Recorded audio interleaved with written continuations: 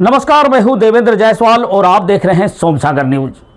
आइए रुक करते हैं आज की सबसे बड़ी खबर की ओर। इंदौर में बीआरटीएस हटाने को लेकर अब कवायदे तेज हो गई है। 1 नवंबर को बीआरटीएस हटाने के लिए नगर निगम ने शुरुआत का दिखावा तो किया था, लेकिन 20 दिनों बाद भी इसको लेकर उन्होंने कोई हलचल नहीं की। इसके बाद हाईकोर्ट की फटकार लगी और अब हलचल शुरू हो गई है। नागरिकों ने भी इसका विरोध तेज कर दिया है। इंदौर का बीआरटीएस ट्रैफिक की राह में बड़ा रोड़ा बना हुआ है। बीआरटीएस तोड़ने को लेकर नगर निगम ने टेंडर किए थे, मगर उसका काम शुरू नहीं किया गया। इसको लेकर एक जनहित याचिका इंदौर हाईकोर्ट में लगाई गई थी। हाईकोर्ट के संज्ञान के बाद नगर निगम ने न्यायालय के समक्ष अपनी टेढ़ी मेढ़ी दलीलें पेश की, लेकिन हाईकोर्ट ने आगामी 22 नवंबर तक का समय दिया है, जो अब ताबड़तोड़ बैठकें शुरू हो गई है।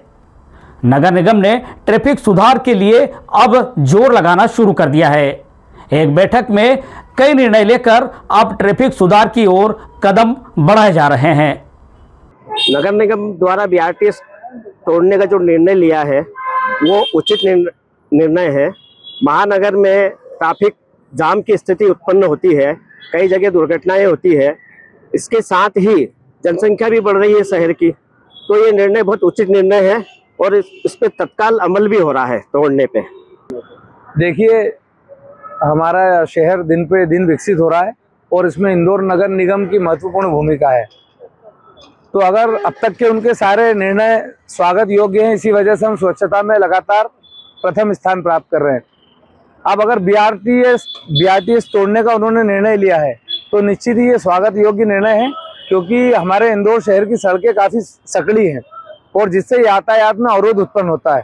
तो बीआरटीएस के तोड़ने से सड़कें थोड़ी चौड़ी हो जाएंगी, लोगों में जगह जगह जो जाम लगते हैं वो जाम नहीं लगेंगे और जितनी भी गाड़ियां बीच में से निकलती थी उनके चालान भी बना दिए जाते थे।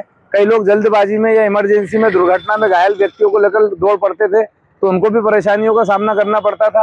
अब अगर बीआरटीएस तोड़ा गया है तो मैं समझता हूं कि ये हमारे इंदौर के लिए अच्छा क्या कहेंगे निर्णय है। मैं समझता हूं कि शहर के हित में अच्छा निर्णय है और जनता के लिए भी अच्छा निर्णय है। अगर इसको तत्काल तोड़ा जाता है तो शहर के लोगों को सुविधा मिलेगी, जाम से मुक्ति मिलेगी और कई असुविधाओं से छूट मिलेगी। देखिए, कल माननीय उच्च न्यायालय ने हमारी जो बीआरटीएस की याचिका है, जिसमें हमने इजाज़त मांगी थी कि आप बीआरटीएस में वाहन को चलने की अनुमति प्रदान करें, उस पर संज्ञान लेते हुए, हमारी प्रार्थना पर संज्ञान लेते हुए उन्होंने कलेक्टर को और म्युनिसिपल कमिश्नर को हाजिर करने को कहा और ये कहा कि इस प्रकार से अगर फरवरी के आदेश के बाद भी, फरवरी का आदेश जो हुआ था बीआरटीएस को तोड़ने और हटाने का हुआ था कि बीआरटीएस अपना महत्व खो चुका है, जबलपुर सीट के ऑनरेबल चीफ जस्टिस का आदेश था।